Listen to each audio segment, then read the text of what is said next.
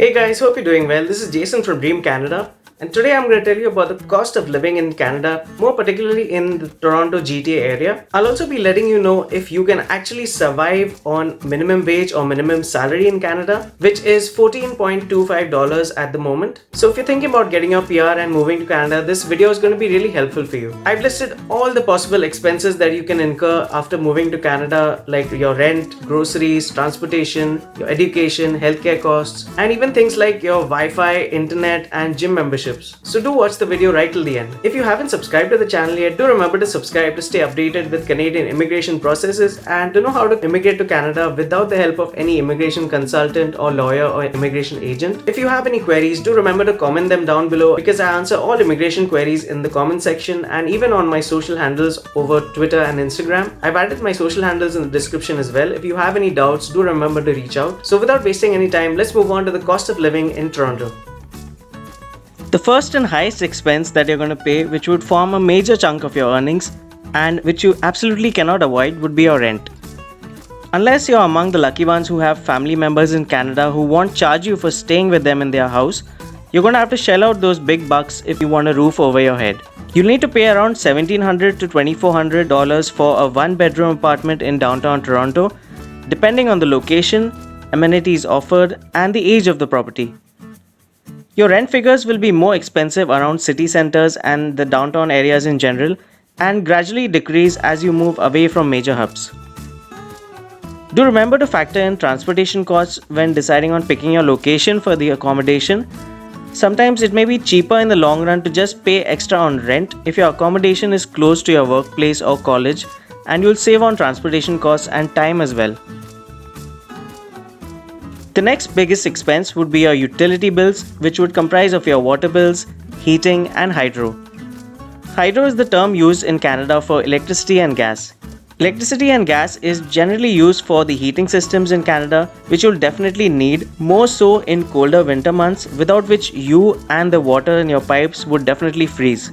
Now, many rental accommodations cover your utility expenses within your rent amount itself, but if your accommodation won't cover these expenses, then you can expect to pay around $100 to $150 per month for your utility bills as a couple, depending on the size of your house. Your next expense would be transportation.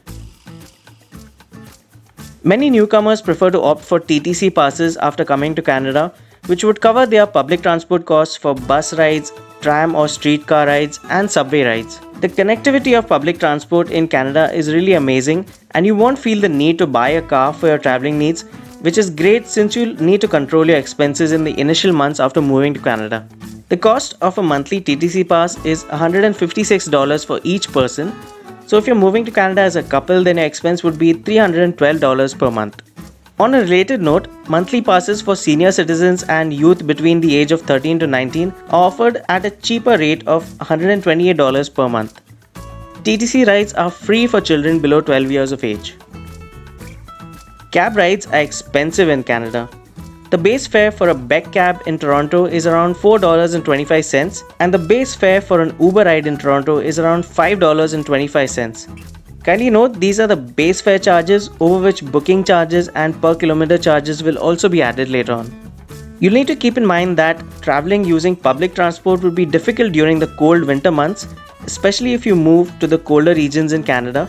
So in this case, you might have to use your own car. As a reference, basic entry-level sedans like a Toyota Corolla, Hyundai Elantra, Honda Civic or similar cars cost around 25 to 30,000 Canadian dollars on road, including registration costs.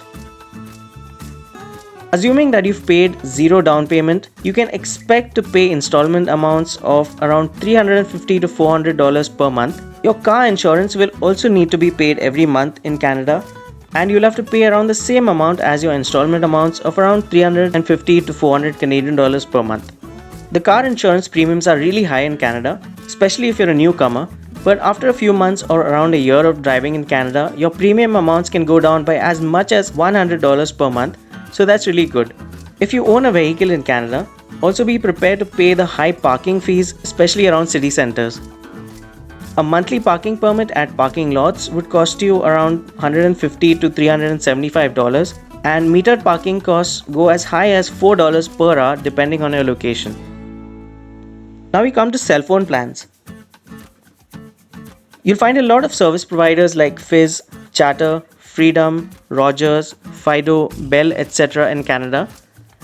Among all of these, Fizz is one of the cheaper options which will offer you unlimited calls and 2 GB of data for $33 a month. If you need more data, carriers provide 20 GB plans for around $75 per month. Do shop around to find the best plans and don't buy the first plan that you check out when you arrive in Canada though, as these plans keep changing and a lot of offers are introduced from time to time for newcomers as well. You can grab your SIM cards as soon as you land in Canada at the airport. In today's connected world, a reliable Wi-Fi connection is really important, especially when most of us are working from home right now. A good Wi-Fi plan will cost you around $80 per month, through which you'll get unlimited data with download and upload speeds of around 150 Mbps. Most Wi-Fi providers offer television and landline phone subscriptions with your Wi-Fi subscriptions as well, if you really need that. Coming to entertainment, which is really handy now during these lockdowns, the Netflix subscription in Canada is around $15 per month for the standard HD plan and around $19 for the 4K plan. For Amazon Prime Video subscriptions, you can use the same ones from your home country since they are generally cheaper than the plans in Canada. Websites, Netflix, Amazon Prime Video and YouTube generally take care of all your entertainment needs, but should you feel the need for a television, set-top box subscriptions in the form of IPTV are available in Canada that cost between $10 to $15 per month. Tickets to movies, events or shows will cost you around $20 to $30 per person. If you're coming to Canada with a child, then it'll be slightly expensive for you. As a reference, Toronto is the most expensive city for childcare in Canada at around $1,685 per month for each child, followed closely by Mississauga at around $1,591 per month. Some childcare centers charge as high as $96 per day for infants. So both parents plan to work in Canada, they'll have to shell out for childcare unless they have a family member at home like a grandparent or close relative that can take care of the child. If one parent chooses to stay at home to take care of the child, it might be slightly difficult to meet all the expenses on a single salary. However, the Government of Canada does offer childcare benefits through its Canada Child Benefit Program or the CCB, through which they pay a tax-free monthly payment to families who need financial help with the cost of raising children under 18 years of age. Now let's talk about the education expense in Canada. Education in Canada until high school level or grade 12 is completely free for public schools except for transport costs for school buses if you opt for that. You can also opt for paying for daily meals for your child at their schools if you don't have the time to cook or you don't know how to cook. Kindly note though, public schools are free and not private schools, but you won't find the absolute need for a private school as the quality of education is really high even for public schools in Canada. Later on, you'll definitely have to pay for your child's college or university fees, but that'll depend on each college or course that they'll decide to take up. The fee structure is different for each college and university for each educational program, so you'll have to check that out when you decide to enroll your child on a later date. Next, we come to your groceries. For groceries and miscellaneous daily use items, you'll spend around $530 per month as a couple. This would include expenses for items like fruits, vegetables, milk, other food stuff, along with miscellaneous daily use items like your personal care items like soaps, shampoo, toiletries, and other products. If you have a child, you can add around $100 to $125 per month for expenses for their food, clothing, and other childcare products. If you're a person who likes to eat out often and frequent restaurants and cafes, Canada is slightly on the expensive side for eating out. If you're calling for food deliveries for around 4 times in a month, it'll cost you $80 per person in a month. A restaurant meal would cost you around $70 to $100 for a couple. You'll also be expected to pay a 15% tip on your bill or an amount equal to the tax on your bill. These expenses may increase during winters if you find it difficult to step out for groceries for cooking at home.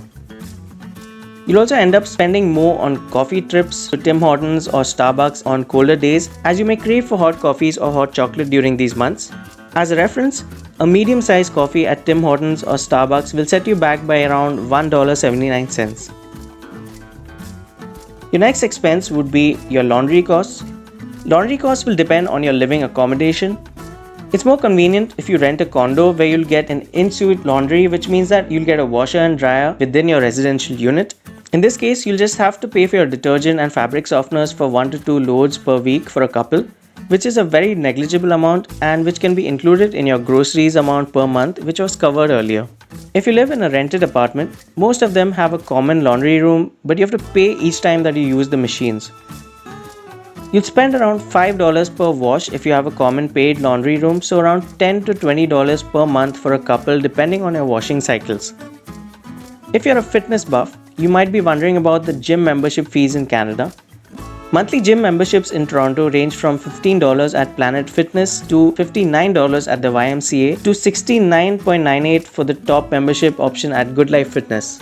If you're more of a yoga or Pilates lover, fees at one of the city's most popular studios run at around $115 per month. Last but not the least, healthcare costs. Now, healthcare in Canada is free of cost for most of the cases, but you'll have to pay for dental, eye care, and prescription medications. You won't have to worry though, as these expenses are generally covered by your employer, so do remember to check the benefits they offer before you start working for them. For a healthy individual who doesn't suffer from any major health concerns, doctor's visits for common ailments like headaches, nausea, stomach problems, etc. are all covered under free healthcare. Apart from this, even tests are covered under free healthcare. You'll just have to spend a little money on medicines if they are prescribed to you. A healthy couple will end up spending not more than $50 in a whole year for health-related expenses in Canada. So if we calculate an approximate value for the expenses for a couple for a period of 1 month, we come up with a total of around $3,383. The minimum wage per hour in Toronto is $14.25. A single person will normally work for 40 hours in a week, so around 160 hours in a month. This would mean that a couple would be earning a minimum salary of around $4,560 in a month collectively if they are both on their minimum wage of $14.25, which would make the cut for their monthly expenses, along with more than around $1,000 as their saving per month. So as a couple, you can actually live on minimum wage in Toronto and even save up some money as well. But if you're single, you'll have to cut down on your expenses to the bare minimum to survive, and then too it may be really difficult. Alright guys, that was all the information on the cost of living in Toronto. If you like the content, do remember to hit the like button and remember to subscribe to stay updated with Canadian immigration processes. You can also reach out to me on Instagram and Twitter if you have any doubts. I wish you guys the best of luck for your application and hope you guys have a great day.